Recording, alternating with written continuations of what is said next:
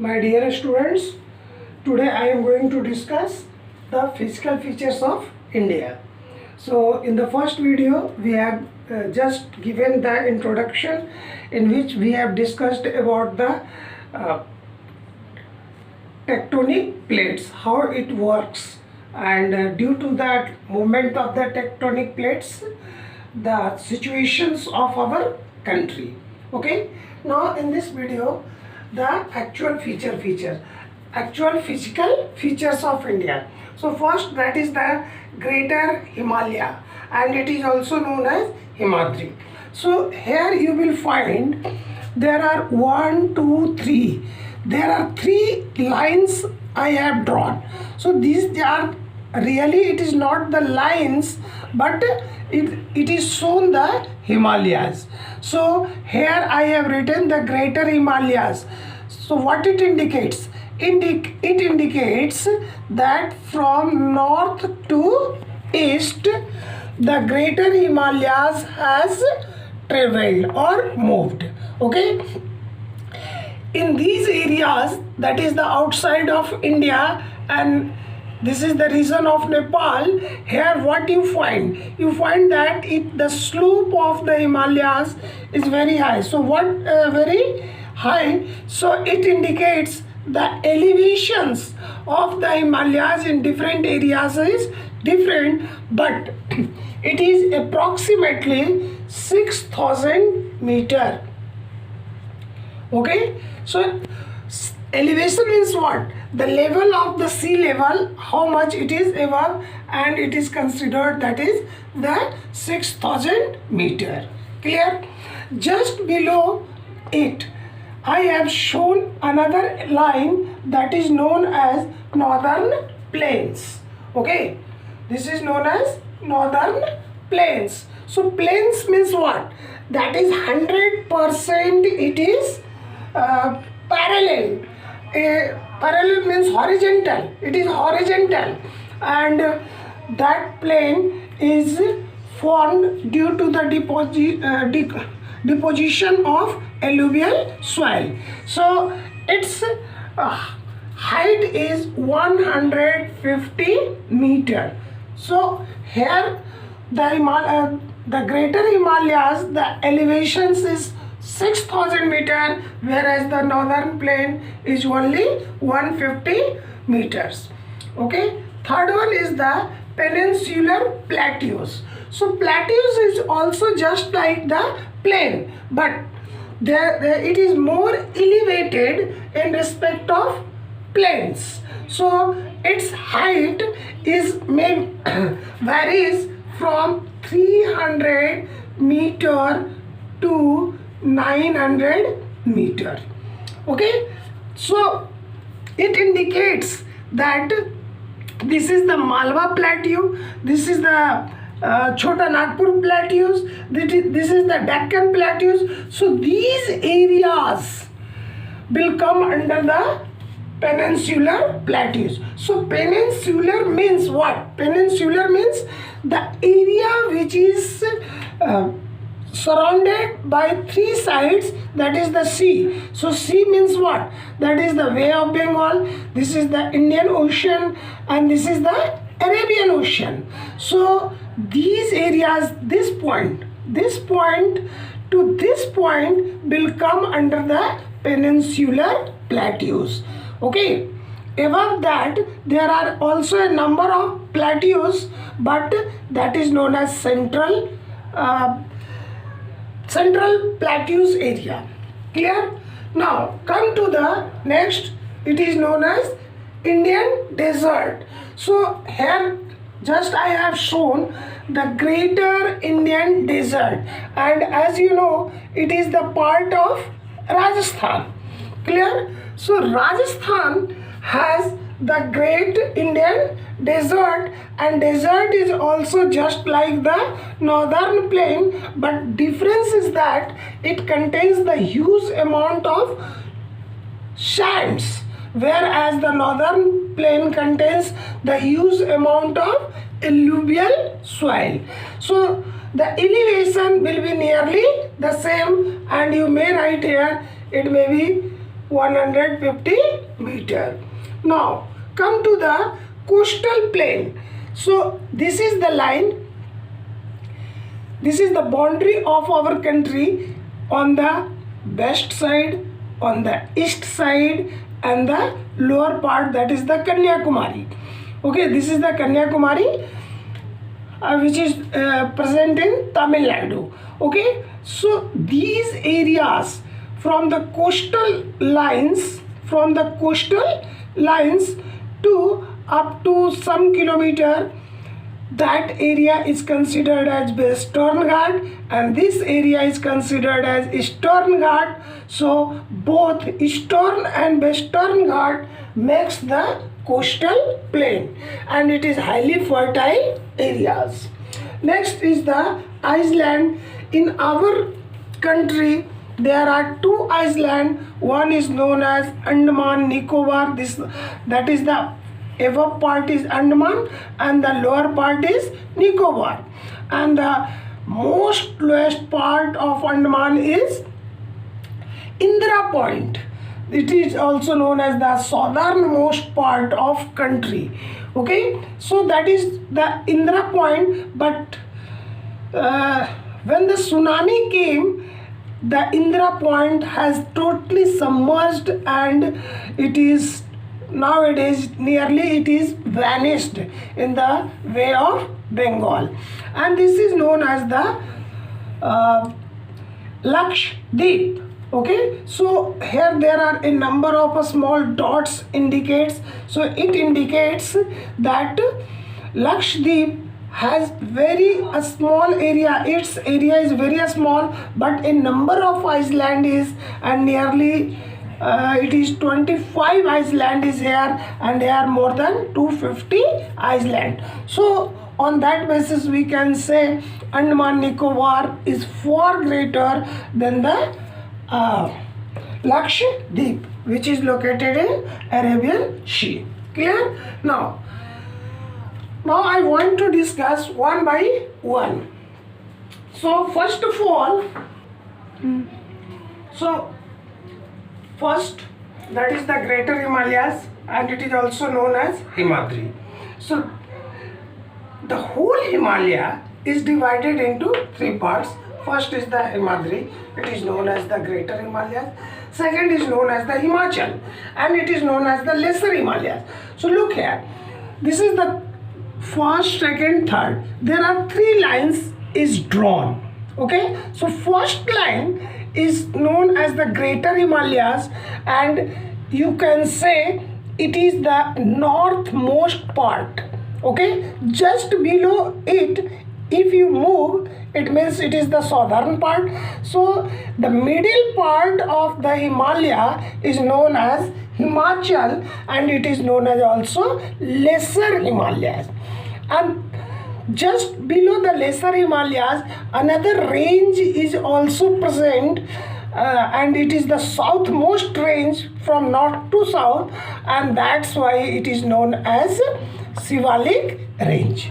So in this way, there are three ranges are available in the Himalayas.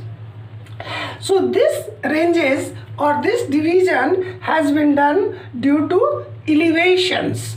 Okay, we found the different in different place there are different elevations, and due to that different elevations, even the climatic condition, features, everything will change.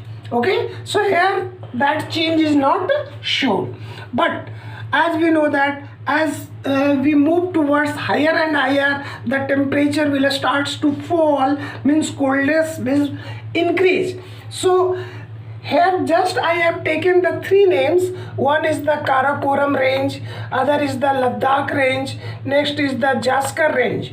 Okay, so all these ranges comes under the Greater Himalayas or Himadri, and it is totally covered with snow because it is at the highest level. Okay, so it is also found in the north part, totally north part of our country.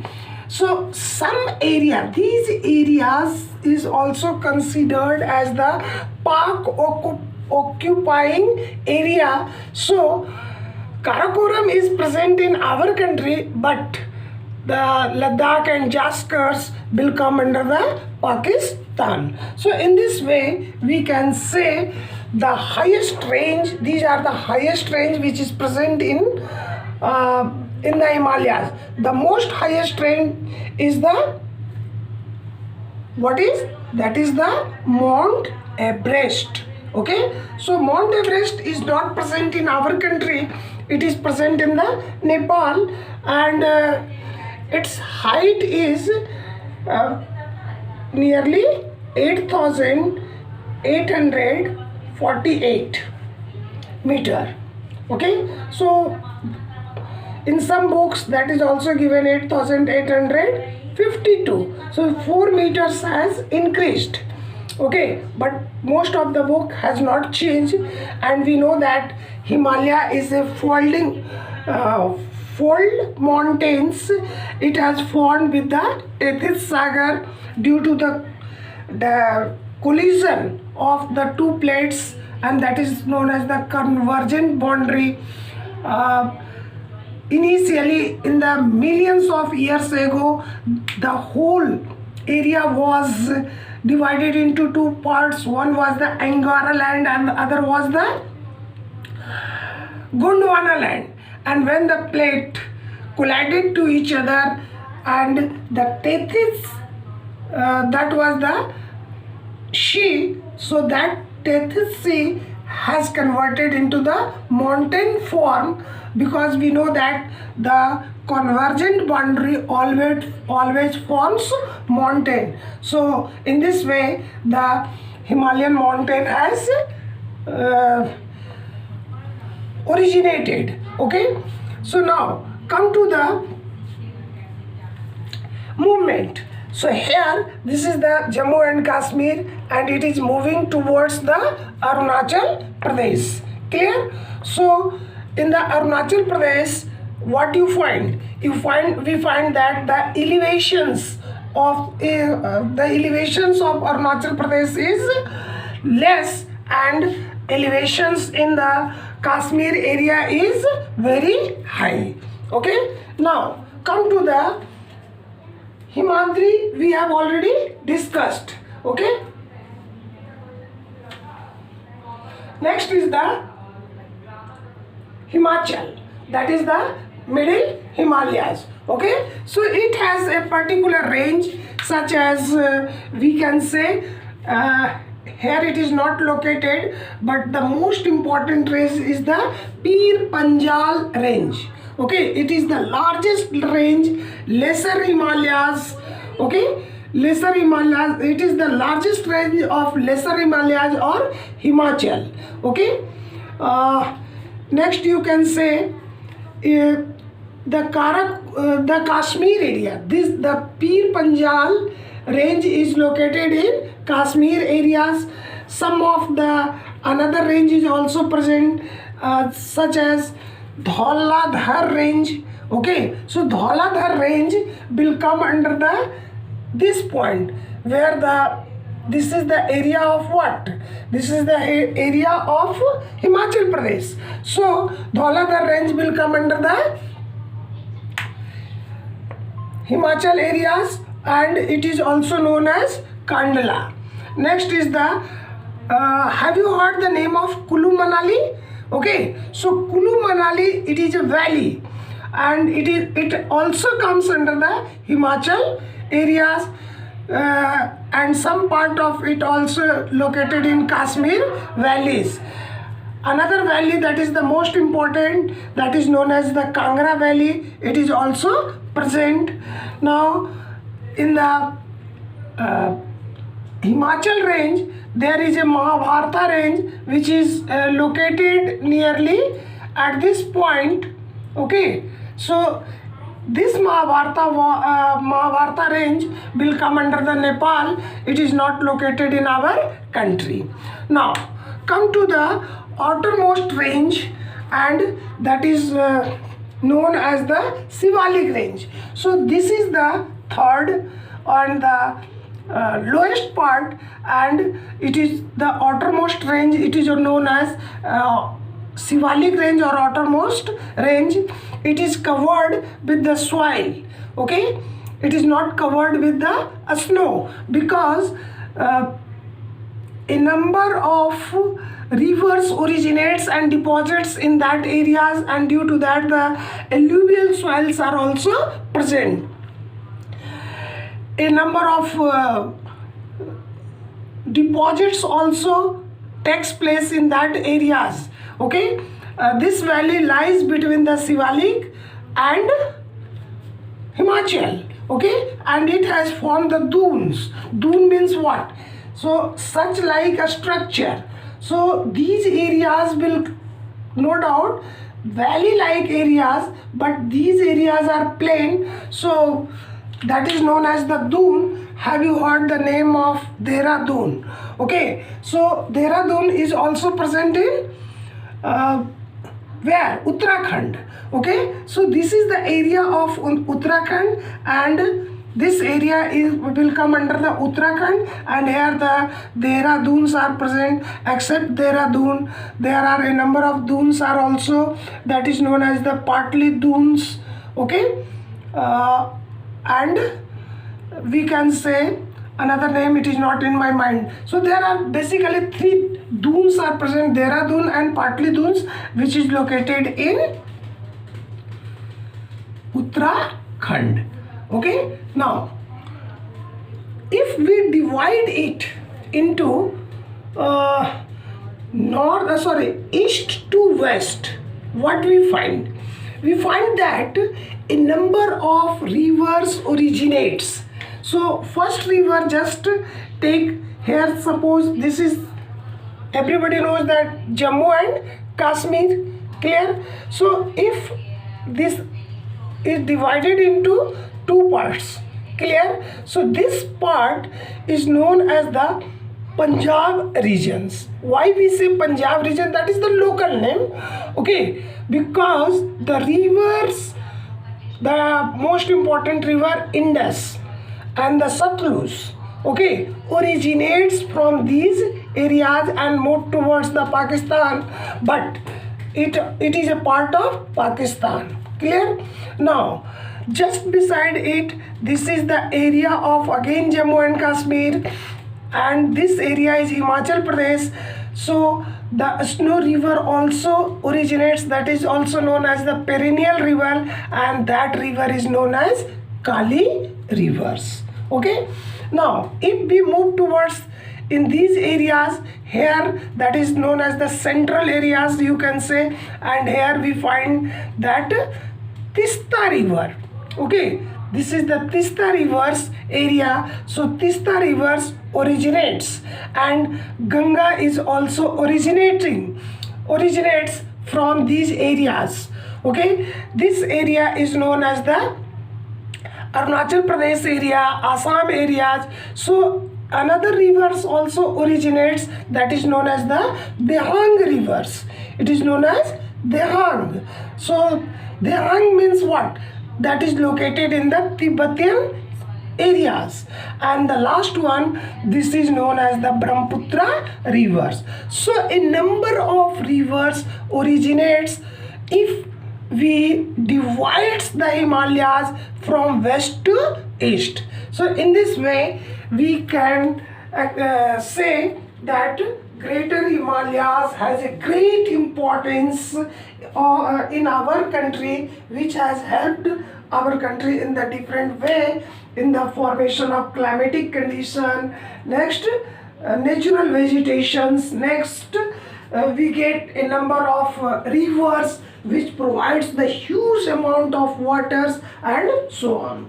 Okay, so I hope you are able to understand the Greater Himalayas. Okay, thank you.